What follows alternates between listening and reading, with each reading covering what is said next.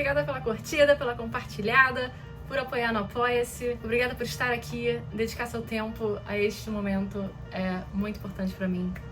Vamos lá. Capítulo 5, Investindo Moedas, Fahrenheit 451, um ensaio de 1982. Em 1950, custou a Ray Bradbury $9,80 em moedas de 10 centavos para escrever o primeiro rascunho de O Homem de Fogo, e depois se tornaria o best-seller que a gente conhece como Fahrenheit 451. O cara não tinha escritório em casa, e ele foi e me arranjou um lugar lá da datilografia no porão de uma biblioteca na Universidade da Califórnia, onde as máquinas de escrever lá eram alugadas por 10 centavos a cada meia hora. Você imagina, coloca a moedinha, relógio marcando, tic-tac, tic-tac, alto, e Ray datilografando lá como um louco para terminar o rascunho antes da hora acabar. Senão eu teria que botar mais uma moeda de 10 centavos. Socorro. Outro nível aqui de tempo é dinheiro. Vamos combinar. 9 dias depois ele terminou o primeiro esboço. 25 mil palavras. Metade do que o romance teria quando ele foi finalmente publicado. Eu não sei o quanto vocês conhecem dessa história, se vocês já leram ou não. Vale muito, muito, muito a pena. Principalmente para entender a paixão do Ray pela palavra, que é o que ele sempre prega, e que vai muito além da história em si, que é ótima. O livro é fenomenal, vendeu milhões de cópias no mundo todo, é considerado um clássico. Um pouco sobre a história, na sociedade em que esses personagens viviam, os livros são proibidos. Os bombeiros, em vez de apagar o fogo, eles são chamados quando há uma denúncia de alguém que, denunciou alguém que tem livros dentro de casa. E aí os bombeiros são chamados e eles vão lá para botar fogo nos livros e assim destruir qualquer ameaça ao sistema que possa existir. Tudo em prol, de manter a ordem. Montag, o protagonista, é um cara do sistema, super. Um bombeiro, vive dentro das regras, até que, minha gente, não mais. Muita coisa acontece, eu não vou comentar não para não dar spoiler, porque esse livro realmente vale a leitura. E o livro é bem mais do que isso que eu falei, óbvio. Tem várias críticas políticas, sociais, questões muito fortes de assuntos, Vamos combinar que isso aqui é década de 50, então tinha muito assunto sobre manipulação da TV, manipulação da imagem, publicidade, propaganda, essas coisas. Muitas e muitas discussões podem surgir de um papo sobre esse livro. É pequeno, é curto, você lê num espaço aí talvez de 2 horas, mas é uma porrada no estômago. Tenso até, às vezes. Para mim, o problema é que é sempre perturbador ler uma ficção especulativa. Ver algo tão próximo da nossa realidade. Porque é sempre sobre o presente, É sobre o que a gente já vive de certa forma, só que sob uma ótica diferente. Na base do e se. É diferente de ler ficção científica, futurista. A vibe é completamente outra. Quando você tem uma ficção especulativa e o e se está muito próximo do que você ou já viveu ou vive, A sociedade de alguma forma trabalha esse assunto, eu acho perturbador. Eu gosto, não me entenda, não me interprete mal, mas é difícil. Como disse o Gaiman na introdução desse livro, sim, minha gente, essa edição aqui tem uma introdução do Neil Gaiman, maravilhosa. E diz ele, o livro é um alerta, um lembrete do valor daquilo que temos. E de que às vezes pressupomos de que aquilo que a gente valoriza tá garantido. Tá não, galera, tá não. Ideias são perigosas, livros inspiram ideias. Já vimos isso no passado, malucos autoritários queimando livros, usando estudantes para isso. Vimos isso nos tempos atuais, quando políticos decidem conscientemente atrasar ou impedir a educação num país. Ideias escritas são um modo como a gente transmite nossas histórias e nossas visões, ideias de uma geração para outra. Se a gente não tiver isso, se a gente não tiver isso, a gente perde boa parte da nossa humanidade. Que me leva a refletir sobre um outro assunto, que eu já vi o Ray falando sobre isso numa entrevista. Eu acho até que no filme, baseado no livro. Eu não vi esse filme, tá? Eu não vi. Eu já li sobre, então acho que é por isso que eu lembro de algo assim.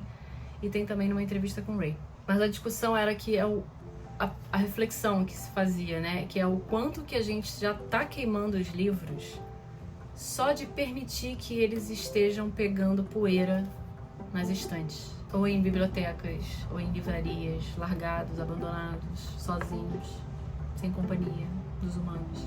Quantos livros na sua estante você já leu de fato? Quantos desses você já leu e discutiu com alguém sobre? Vocês compartilham as ideias e as inspirações que vocês têm com algo que vocês tenham lido?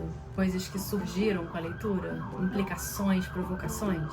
Quanto nós estamos agindo igual ou pior a esses bombeiros aqui ao ignorar a existência dos livros? E eu nem tô falando tanto de mim ou de você, porque afinal a gente vive nessa bolha, né, de pessoas que gostam de ler, que gostam da literatura. Então é mais difícil a gente praticar esse mal.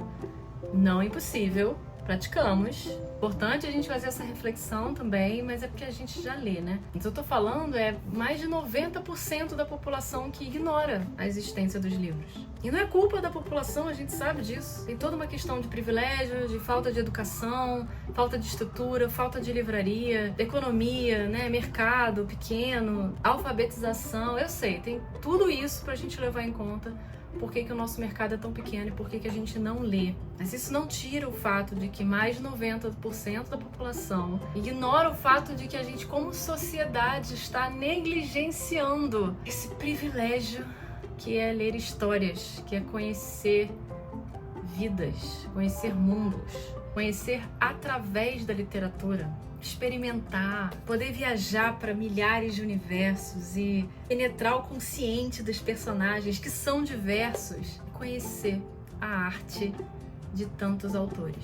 Sem isso, meu amor, eu nada seria. Recomendo, é uma história bizarra, com um final bizarro, um personagem estranho, pessoas estranhas, numa sociedade estranha, mas que vai te fazer refletir muito sobre muita coisa. E eu tô com o Ray, gente, a gente precisa realmente ter mais paixão na leitura, paixão pelos livros, a forma como a gente fala sobre os livros. A gente precisa compartilhar, dividir o que a gente sente com as pessoas para que elas entendam que isso é um privilégio, para que elas entendam o prazer que está por trás do ato de ler, que elas estão desperdiçando uma coisa muito boa ao ignorar os livros, seja não comprando-os, seja não lendo-os, ou seja deixando-os na estante. O que eu acho que é pior, sabia? A gente que deixa livro na estante e não lê, é pior. É tipo... Na verdade é o contrário, é facada pelas costas do livro. Você comprou, você deu o gostinho, rolou uma expectativa do livro, tá lá, me lê, e você lá... Não. Eu não tô livre desse pecado não, tá, gente? Um monte de livro pegando poeira lá na casa da minha mãe. Esse aqui não. Esse aqui tão de boa, tô em dia. Mas na casa da minha mãe, lá no Rio, terrível, eu sei. Mas eu tô tentando corrigir esse mal, esse problema, esse pecado. Ó, pra ajudar, faz uma lista dos livros que você tem na estante que você ainda não leu. Considerando, é claro, que se você comprou, é porque você quis ler em algum momento e tá na sua lista de prioridades. Aí faz o seguinte, você dá uma olhada nesses livros todos, vê o número de página, vai lá, vê o número de página, tá, 168. Decide quantas páginas você vai ler por dia, 168. Ah, eu vou ler, sei lá, 10 páginas por dia. Aí divide o número de páginas total por esse número de páginas que você vai ler por dia, pra ver quantos dias, semanas ou meses, sei lá, você vai levar pra ler cada livro. Aí coloca alarmes na agenda e respeita a droga do calendário.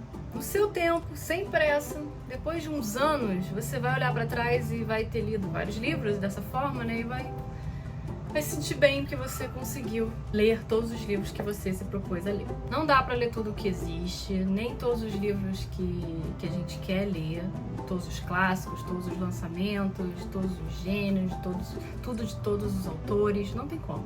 Você precisaria de 1 bilhão de vidas pra conseguir ler. Tem que fazer essa conta, não sei. Então começa pelos que você já tem e depois me conta aqui nos comentários quais são e o que vocês acharam desses livros. E depois, se você não quiser mantê-los na estante, doe os livros. Deixa na estante pegando poeira, não. A não ser que seja cenário de vídeo. Ou que você goste muito. E pensar, minha gente, que o Ray escreveu esse livro aqui todo numa biblioteca. Olha a influência da atmosfera aí que foi criada.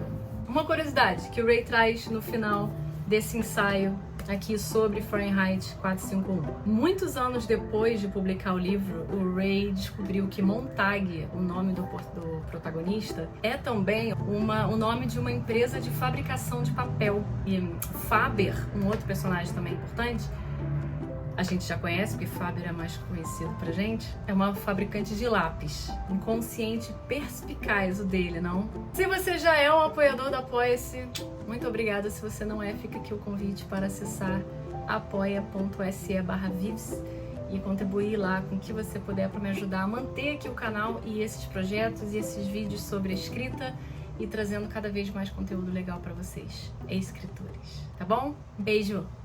Obrigada, gente!